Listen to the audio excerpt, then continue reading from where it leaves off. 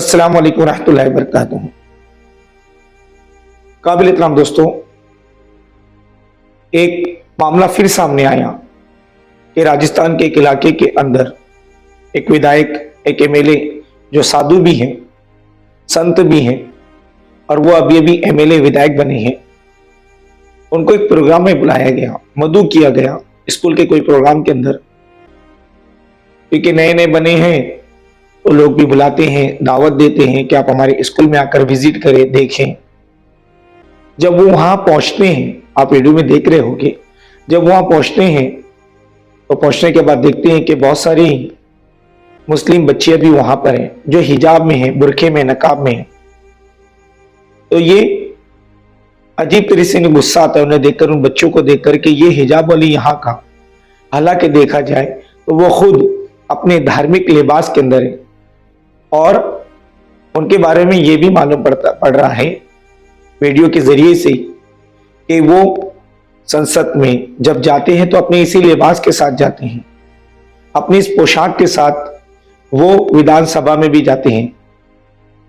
लेकिन जब यहां पर वो इन हिजाब वाली बच्चियों को देखते हैं तो बड़ी ही अलग अंदाज में बात करने लगते हैं और जय श्री राम के नारे लगाने लगते हैं।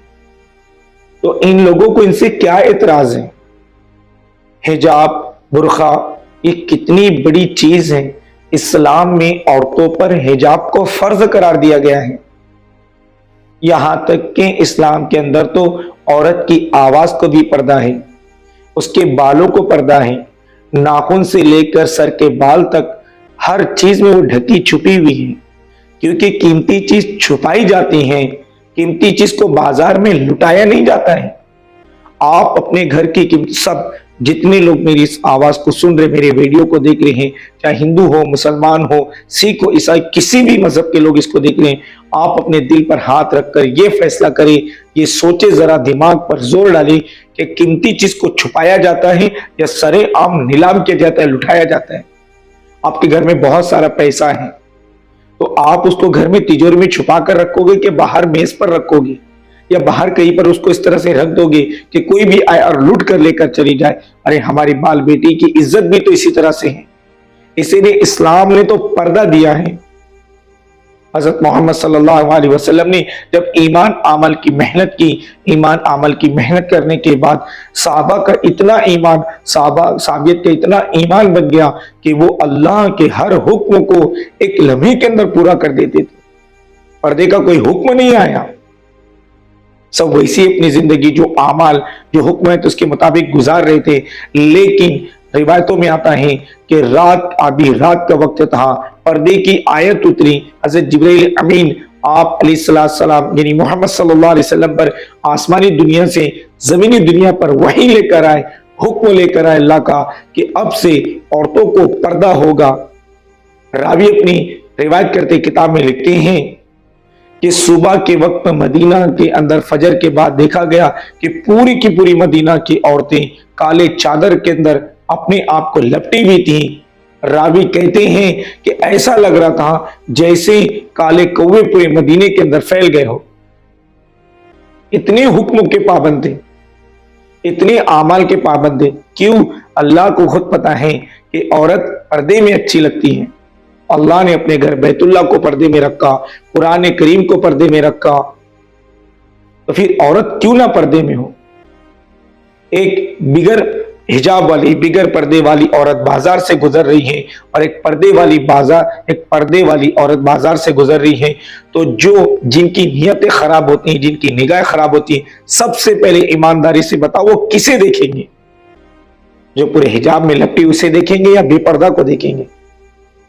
मेरे अपने दरबार के अंदर मैं भी इलाज करता हूं, मेरे पास सैकड़ों आते हैं इलाज के लिए।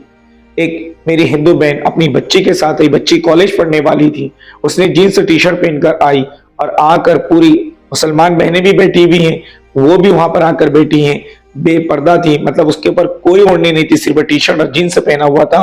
उम्र कम से कम 18 से 20 साल थी। मैंने अपना रुमाल उठाया और उसे मिसाल देकर बताई कि बेटा देखो, ये दुपट्टे की कीमत बाजार में 100 रुपए की होती है, लेकिन तुम्हारी अपनी करोड़ों की इज्जत को ढकने के काम आता है। उस बच्ची ने मेरे इस जुमले को सुना, अपनी माँ के पास फौरन से एक छोटा सा रुमाल था, उसको खींचा और अपने सीने पर रख लिया, यानी अपने गले पर ओढ़ लिया। तो ये पर्दा हिजाब आपकी इज्जत ढांकने के लिए, ये जाहिल लोग, इन्हें क्या पता, ये अपनी सत्ता की आड़ में लोगों को भड़काने का काम कर रहे हैं। डिवाइड एंड रूल, फूट डालो और हुकूमत करो, ये तो अंग्रेजों का तरीका है। कब समझोगे? अरे इन सारे मुद्दों को छोड़कर बस हमारी अपनी सियासत यही मंडरा रही है, मस्जिद मंदिर, हिंदू मुसलमान, अच्छा बुरा भेदभाव, इसके अंदर ही इससे आगे बढ़कर निकलो। अच्छा सोचो कि अच्छी तालीम हमारे बच्चों को कैसे मिले, हमारे देश का फ्यूचर आगे कैसे बढ़े, हमारे नौजवानों को रोजी कैसे मिले, जो बेरोजगार हैं, जो बेरोजगार हैं उनको रोजगार कैसे फराहम हो, जो बिगर नौकरी के लोग उनकी नौकरी कैसे मिले, जो आज रोजी से परेशान हैं उनको अच्छी रोजी कैसे मिले, बाजार, इकोनॉमिक बाजार किस तरह से अच्छे हो, हमारे पूरे देश का कैसे भला हो, ये सोचे। अगर ऊपर वाले ने आपको कोई पद दिया है, ऊपर वाले ने आपको कोई पोजीशन दी है, तो लोगों के बारे में अच्छा सोचो। ये भेदभाव नफरत की सियासत कर कर लोगों को आग में मत झोंको, कोई राइट नहीं आपको बनता है।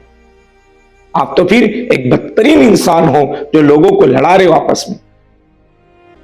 अच्छा तो वो है जो सबको प्यार से मोहब्बत से लेकर चले। तो इस्लाम में पर्दे का बहुत बड़ा हुक्म है और इस्लाम में बहुत बड़ा एहतिमाम है पर्दे का, कि पर्दे में ही सारी चीज अच्छी लगती हैं, खास तौर से हमारी माँ बहनें।